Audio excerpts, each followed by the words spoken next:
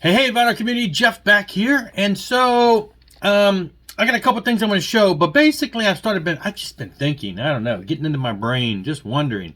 I want to get some input. I wanted your input. I'd love to see this as a thread. If you want to comment about it below, that's great. If you want to do a thread video maybe to respond, get people kind of thinking. I'd love to see some comments from other people in the vinyl community, music community in general. So, but first off, real quick, let me just show a couple things that I've recently picked up.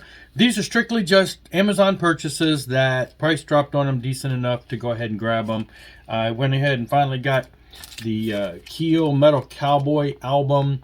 Had this on my wish list for a long time. It came out in 2018 on vinyl, and it just keeps hovering around the same price, and I know that it's eventually going to go away, so I better grab it.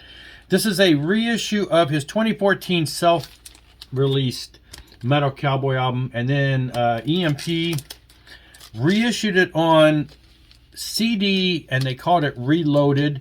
They remixed it, they remastered it, they added some additional tracks, and then they put it also on vinyl, also listed as Reloaded, even though those bonus tracks are not on here, but it has been remixed and remastered. So yeah, so this was a Ron Keel, and it's on kind of a pretty red, kind of it's got some little blobs in there. It's got on here, it mentions on here that it's features some people like Frank Hannon and Troy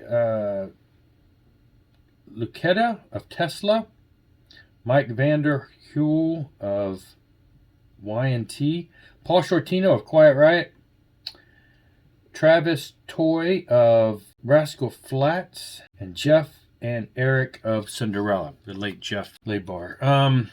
Yeah, so it's kind of, it's kind of like him and friends doing a lot of stuff. But anyway, great stuff. I've had the CD since 2014. I never did get the Reloaded CD, though I've listened to it online. But I want to go ahead and get the grab the vinyl reissue on this so that I could have that before it disappears. It's got an insert with lyrics and things along that line. So that came in real recently. And then this other one I've been kind of watching, and the price was going down and going down. It didn't drop as low as I'd love it, but for a 4-record set, it was adequate. Queensryche Operation, well, it's Mindcrime at the Moor, but it's Operation Mindcrime 1 and 2 performed live. I've had the DVD of this since it came out. Ronnie James Dio pops up on here, and it's just a whole rock opera all together. And I think I actually sold the DVD not too long ago, because of course you can get it nowadays online. You can watch it anywhere online and stuff, but this is I guess it's technically a box set. It's just 4 albums inside slipcase.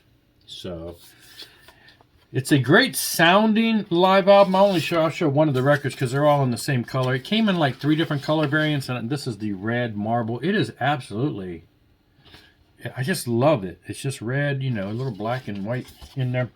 Love the red marble. Sounds great. It's a great show. It was just a great performance altogether. So went ahead and grabbed that. And again, for the price for 4 album set, it dropped down a bit. So I thought, well, I'm going to grab that before it goes away. So, all right, now on to the question. So I have been collecting vinyl again since 2017. And I've amassed a pretty good collection. I forget the exact count. Probably pushing 2,000 pieces. I already have a collection of CDs in the excess of, many thousands, 3,000, 4,000, I don't know. You collect those for all these years. So now it got me thinking a while back, because Bobby Z had done a discussion on a previous channel before he erased it and all that stuff, where he was talking about, I think he said around the age of 65, he was gonna, or somewhere in that time frame, he was gonna stop buying more records and just enjoy what he's got. Recently, I've been going through, I actually reorganized some of these from the room tour that I did. I reorganized and took some of the pop ones and the rock ones and put them in with the metal and stuff. As I'm going through that, and as I'm going through my Discogs, all of my records and CDs and everything on Discogs, and occasionally as I'm just flipping through it, I start realizing, I got a lot of great music.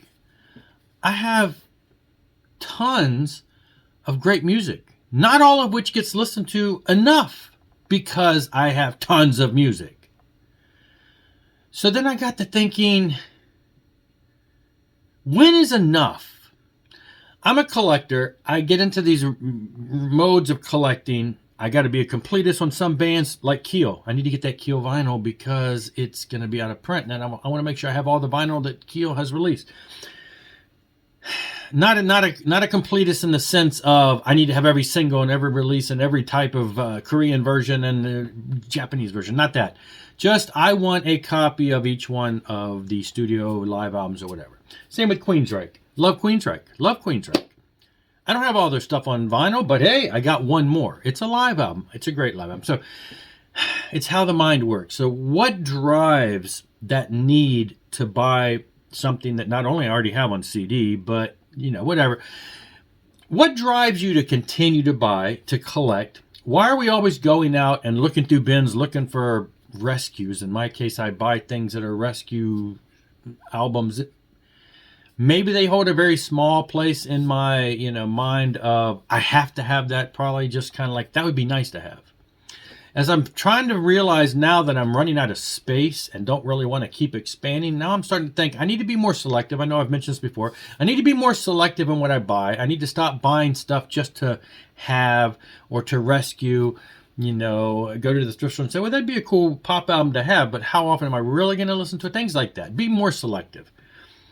But will there ever be a day where I'll just be able to say, no more? I'm going to stop collecting. I have a lot of books. I used to collect books. I used to read a lot of books. Now I collect music. I've always collected music. And I went from vinyl to CDs to vinyl. And I got a lot of clutter around the house. So now I watch, one of my favorite shows to watch is Hoarders. Not because I am one, but because I see the tendency of how to become one. And I see that it can come from collecting. Now, I'm not a hoarder. Our house is in no way anything like that.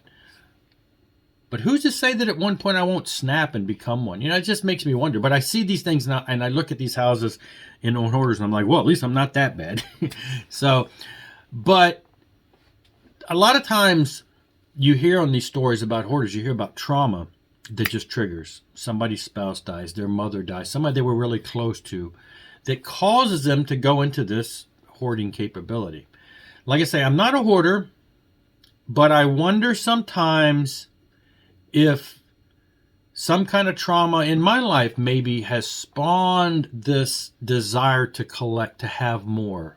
You know, I've had, my mother passed away 20 years ago this year.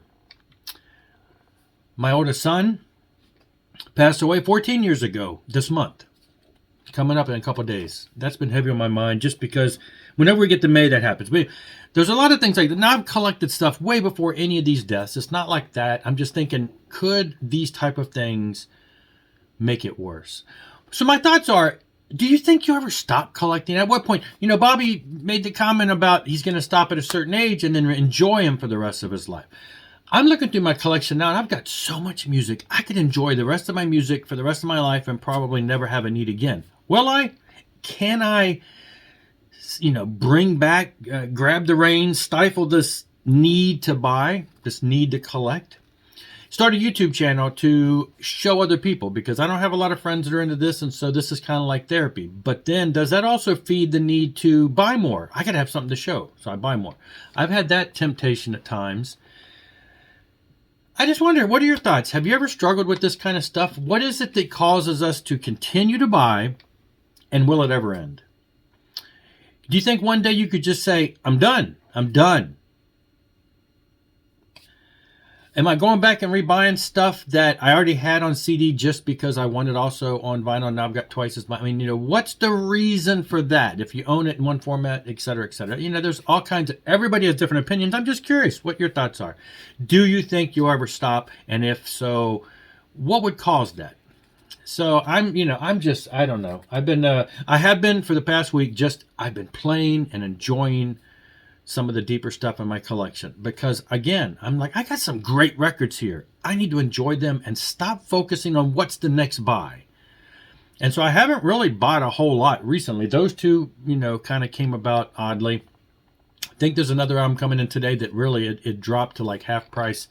Again, looking for deals, looking to be a little more frugal, looking to be a little more selective. and not just buy. But I mean, I don't feel like I'm ever going to stop. And I just wondered, you ever thought about it? What would it take to make you stop? What drives you? And I don't know. Again, just pondering the philosophy of collecting. I'm not going to go any further boring you, but hey, you know, if you got any thoughts on it, share. I'd love to hear. It's great to learn what other people think and how they approach things. And with that, I'll be done. Thanks a lot for watching, though. I'll be back. Rock on and rock hard.